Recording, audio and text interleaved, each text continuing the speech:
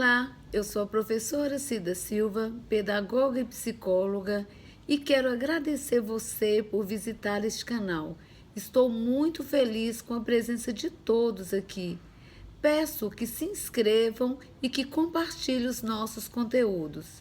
Hoje vamos continuar falando sobre sala de recurso multifuncional. Portanto, vamos abordar o atendimento ao aluno surdo. Confira.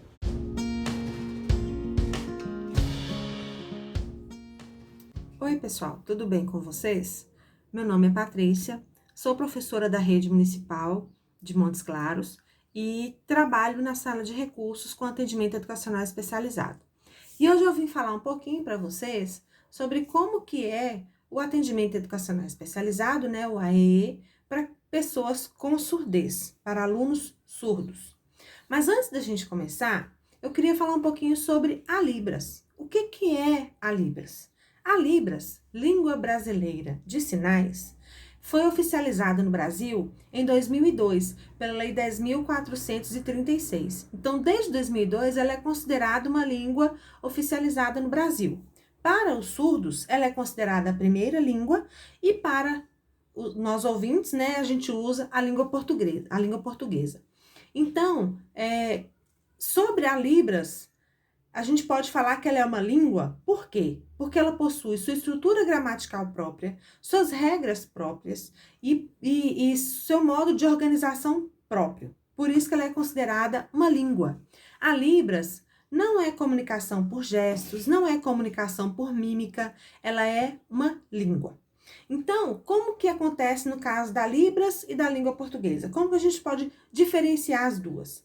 Por exemplo, na língua portuguesa, se eu disser assim, eu vou ao cinema hoje, né?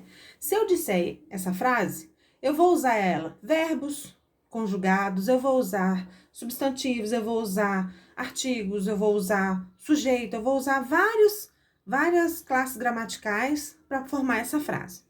Na Libras, eu vou usar as palavras-chave. Por exemplo, eu, cinema, hoje à noite. Somente isso. Eu não vou falar eu vou ao cinema hoje à noite.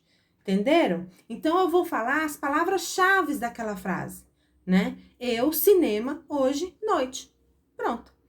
Na língua portuguesa, a gente usaria outras características, outras classes gramaticais para escrever essa frase. Isso é que difere da questão da Libras.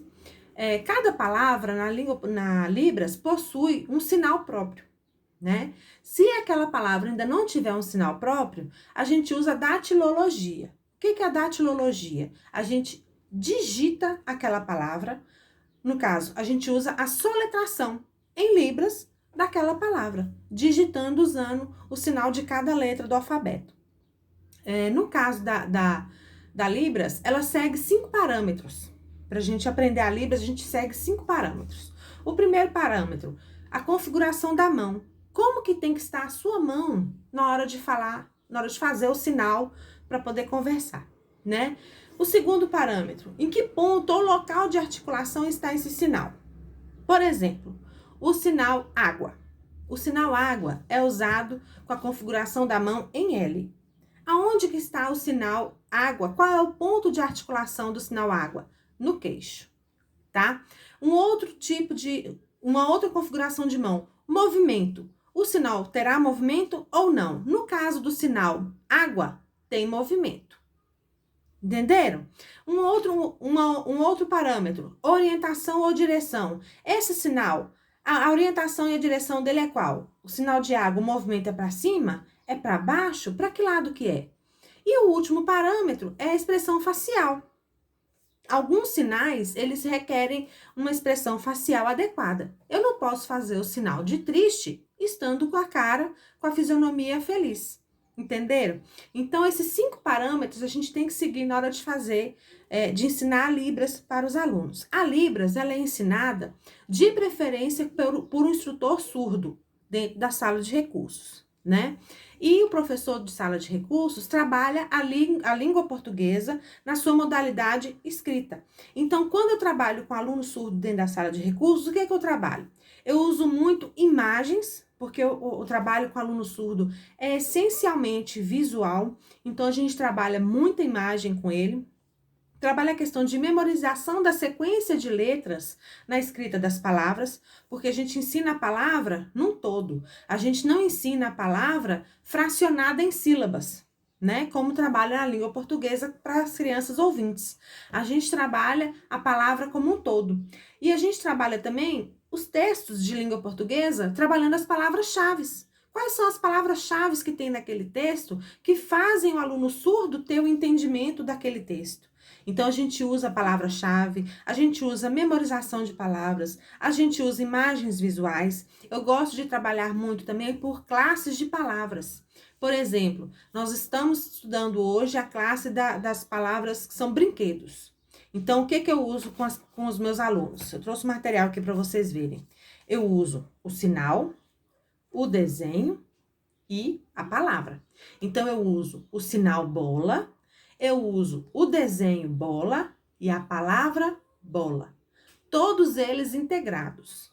Para a criança, para o aluno entender que essa palavra se refere a esse desenho e esse desenho e essa palavra se referem a esse sinal. Então, eu trabalho com eles classes de palavras. Se eu estou trabalhando brinquedos, eu trabalho várias palavras que se referem a brinquedos. Se eu estou trabalhando, por exemplo, materiais escolares, várias imagens que se referem a materiais escolares. Eu gosto de trabalhar muito também ditado ilustrado ou ditado visual, né? Eu mostro o desenho, peço para ele fazer para mim o sinal desse desenho e escrever a palavra desse desenho. Então, a gente usa muito esse tipo de atividade também. Um outro tipo de atividade que a gente usa muito, que desenvolve e amplia o vocabulário, é a descrição de imagens, mostrando várias imagens diferentes e pedindo para ele me falar o que está acontecendo aqui nessa imagem. Tá de dia ou tá de noite? O que elas estão fazendo? Onde elas estão? Quantas pessoas são? Para ele estar falando através da Libras e ampliando o vocabulário dele, né? Uma coisa que eu gosto muito de usar também é estar formulando frases com os meus alunos. Em língua portuguesa, na modalidade escrita, que é o que a gente trabalha com eles, né? A gente mostra imagens, a gente fala uma situação e pede para ele criar uma frase. Nessa frase que ele criar, ele vai criar ela para mim em Libras e eu vou transcrevê-la em língua portuguesa, para que ele entenda que na língua portuguesa que ele vai encontrar por aí durante toda a vida dele, que ele entenda que naquela língua portuguesa tem os pronomes pessoais, tem os verbos, que ele tem que entender o radical daquele verbo para ele saber a que verbo que aquela palavra se refere, mesmo ele estando conjugado em outros tempos verbais, em outras conjugações. Então, a gente trabalha a língua portuguesa na modalidade escrita com as regras que a língua portuguesa tem. O masculino, o feminino, o plural, o singular, o antônimo, o sinônimo, do jeito que a língua portuguesa vem. E a criança, o aluno surdo, ele tem que entender que a língua portuguesa tem suas regras, tem suas modificações, né, de acordo com o tempo e com o número de pessoas, o singular, o plural, mas que a Libras também tem, e que ele não pode usar a escrita igual é na Libras.